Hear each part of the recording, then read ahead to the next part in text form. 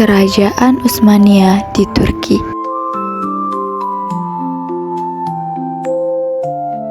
Hai semua, selamat datang di video kami ya. Di video kali ini, kami akan membahas sesuatu yang menarik, yaitu Kerajaan Utsmaniyah di Turki.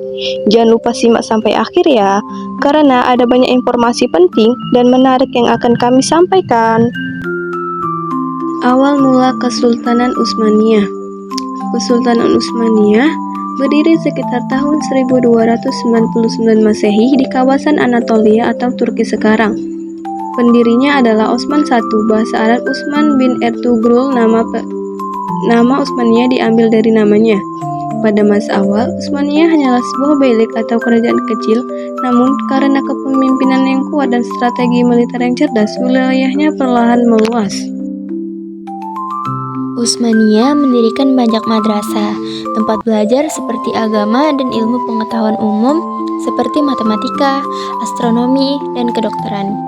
Mereka juga memiliki perpustakaan besar dan mendukung ilmuwan dan ulama yang menulis kitab penting.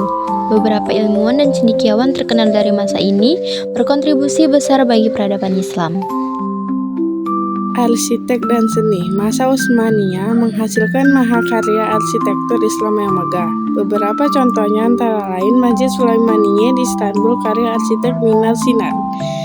Yang kedua, Topkapi Palace, Istana Sultan yang juga pusat pemerintahan. Yang ketiga, Masjid Biru Sultan Ahmed Moskwi dengan kubah besar dan 6 menara.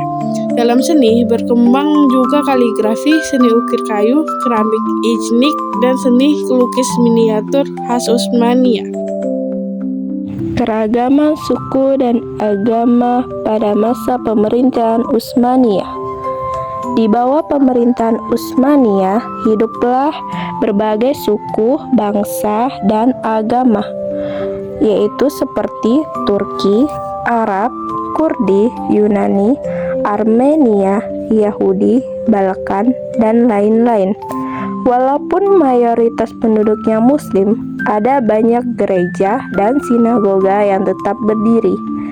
Hal inilah yang menandakan keragaman budaya dan keyakinan pada masa pemerintahan Utsmaniyah.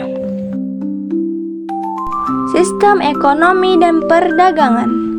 Kesultanan Utsmaniyah menjadi penghubung penting antara Eropa, Asia, dan Afrika.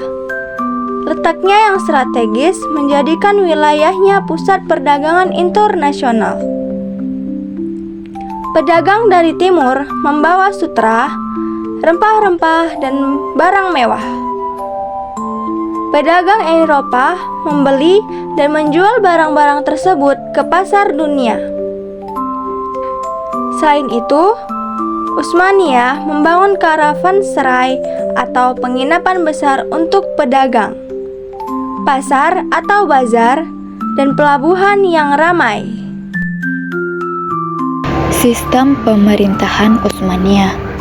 Kesultanan Utsmaniyah menganut sistem monarki absolut dengan sultan sebagai pemimpin tertinggi, baik secara politik maupun agama atau sebagai khalifah setelah tahun 1517. Struktur kekuasaannya terdiri atas yang pertama sultan, yaitu pemegang kekuasaan mutlak.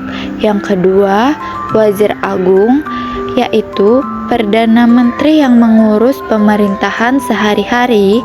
Yang ketiga, Dewan Divan, yaitu Dewan Penasihat Sultan.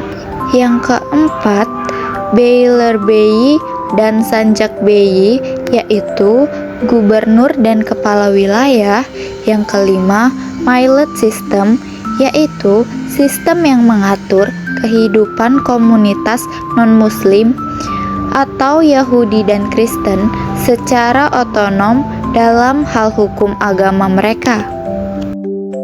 Kesultanan Utsmaniyah meninggalkan warisan besar dalam sejarah Islam dan dunia, berperan menjaga dua kota suci, yaitu kota Mekkah dan kota Madinah, memadukan budaya timur dan barat, mewariskan peninggalan arsitektur, seni, dan hukuman yang masih dapat kita lihat di Turki hingga kini. Nah, bagian tantangan dan kemunduran. Memasuki abad ke-18 dan 19, Utsmaniyah mulai melemah akibat adanya tekanan dari kekuatan Eropa yang semakin besar. Lalu, ada konflik internal dan pemberontakan nasionalisme di wilayah kekuasaannya. Dan Perang Dunia Pertama memperparah keadaannya, membuat Utsmaniyah kehilangan banyak wilayah. Baiklah, sekian dan terima kasih.